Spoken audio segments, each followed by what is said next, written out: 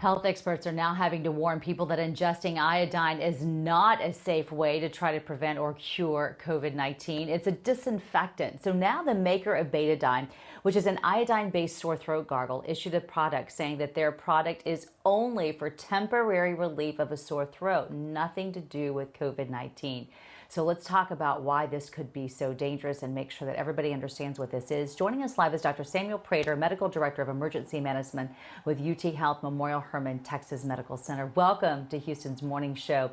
This all started with a fake doctor that on a viral video, and so it's scary when things like this happen because it seems very believable when you see it. Can you explain to our viewers, first of all, what Betadine is and why you would not want to try to use this?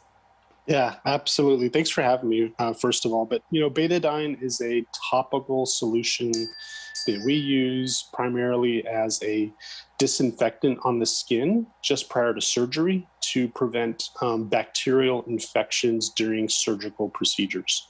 It's at a much higher concentration than the one that's sold over the counter as the sore throat gargle. 5 to 10% is the concentration that we use as the topical solution in the hospital. I think the over-the-counter variety is like 0.5% or 0.1%, something like that. So definitely not anything that you should be ingesting. You can make yourself very sick.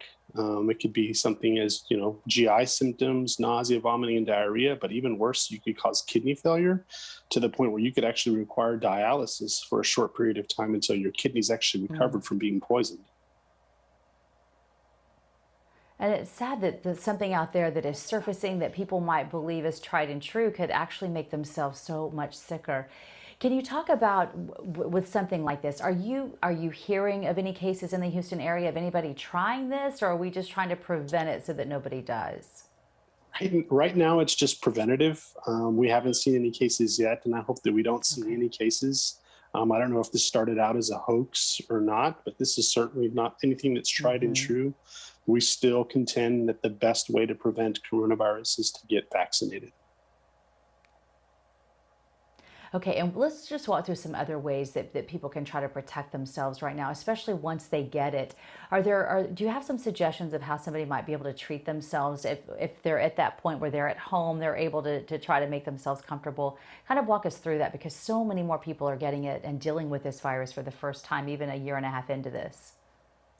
Yeah, I would say, first of all, it's try to isolate yourself. You don't want to give this to other people. If you do have people in the house, wear a mask and wash your hands. There are over-the-counter remedies you can use to take care of your symptoms. So if you have a symptom like a sore throat or a cough or fever or body aches, you can certainly use over-the-counter remedies for that. I think I heard earlier on your cast talking about monoclonal antibodies. We absolutely recommend something like that, especially for individuals who are high risk. People who have compromised immune systems, heart disease, lung disease, anybody who has a BMI over 25 is somebody who would also be at an elevated risk. And so those are also potential therapies as well. But we certainly wouldn't recommend anything like Betadine or anything else. Okay. And while I have you here, since you brought up those monoclonal antibodies, we were talking about how they're getting more difficult to get a hold of. Are you finding that to be the case in Houston as well, since some of the laws have changed around that? We haven't had, I personally haven't experienced anything with our patients. Memorial Hermann certainly has a mechanism for outpatient monoclonal antibody infusions. I know that the state has set up several places, including one in Montgomery County. There are other healthcare institutions in the city as well that are offering monoclonal antibodies. And so if you go to the Regeneron website, who are the makers of the monoclonal antibody infusion, they have resources there for where you can find a provider nearby you where you're able to receive the monoclonal antibody infusions. All right, Dr. Prater, thank you for your time from UT Health Memorial Hermann. Remember, everybody, Betadine, not the way to go. Tried and true is the best way. Talk to your doctor before ever trying to treat yourself. Thank you for your time. Thanks, Melissa.